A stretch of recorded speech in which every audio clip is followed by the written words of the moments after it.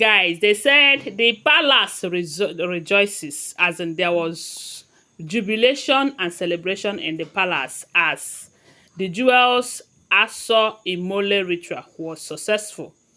According to the information, they said this particular ritual in question should be the sixth ritual that have been done on behalf of the Jewel in preparation for the Ofarende ritual. Remember, they said they are going to do the same, is it 13th ritual? Either 13 or 14 ritual, the same amount of ritual that they performed during the time that the king married her. And information have it that among the whole women that the king married, she is the only one that the king did that for, either 14 or 13, I don't know the actual number of the ritual, that she's the only one that they did that particular number of ritual for. And that is because the king married her as a virgin and she was not married before, you know. So now that they want to reunite after all these years of being separated, they said that number of rituals must be carried out again before the main Ofarende ritual that will be taking place on 29th of this November. So they said this is the sixth one. They have been doing other ones. Then this Adetutu, remember that Adetutu traveled to UK according to what we heard. And that was why Ebony was making so much trouble, saying that he will go to the forest of Endless Echo to go and remove the particular pot that they did there with her own aura, you know, so that the palace will be calm and all of that. Then when she was threatening to enter there, some people are saying that, oh, is it because Adetutu was not around and all of that? And they said the king himself did not even give a damn about her, such that they said the king asked her that she can go ahead and remove it. But they sent for Adetutu. They said the king have to send his private jet to go and pick Adetutu, you know, for this ritual and for that particular one that Ebony wants to go and change. So when the Adetutu came back, they said she have to go and meet with the Jewel, explaining things to her, because you know that in as much as she will be the one that will be representing the Jewel, because the Jewel is so deep in her religion that she don't involve herself in all of this ritual, but she gave her consent according to the information.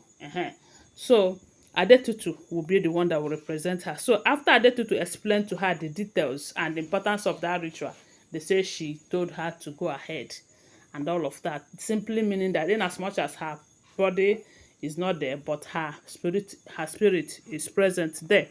So that particular day, they said the ritual will happen. They said there is a particular cloth that they called the ancestral light. That particular cloth that they will have to tie it to the woman in question. You know, in as much as it's Adetutu that is representing the Jewel is the one that the gods recognize. And information have it that in many years, as in many years, like 200 to 300 years, that there have just been 2 or 3 women that have tied that ancestral light cloth for once, you know, and the Jewel happens to be one of them in this case now. So they said they will have to tie it and do some rituals and incantation and all of that. So it was carried out today from what we are hearing in the palace, and it was so successful. And a lot of people are saying that maybe the reason it was this successful is because of Ogunjaye that is still roaming about, because as we are hearing up till now, they said the king have not locked up the Ogunjaye again. Remember that when the royal staff got missing, the king warned everyone that if you know anything about that royal staff, the best thing for you to do is to bring it out so that you will not face the wrath of Ogunjaye. And the king gave them 48 hours.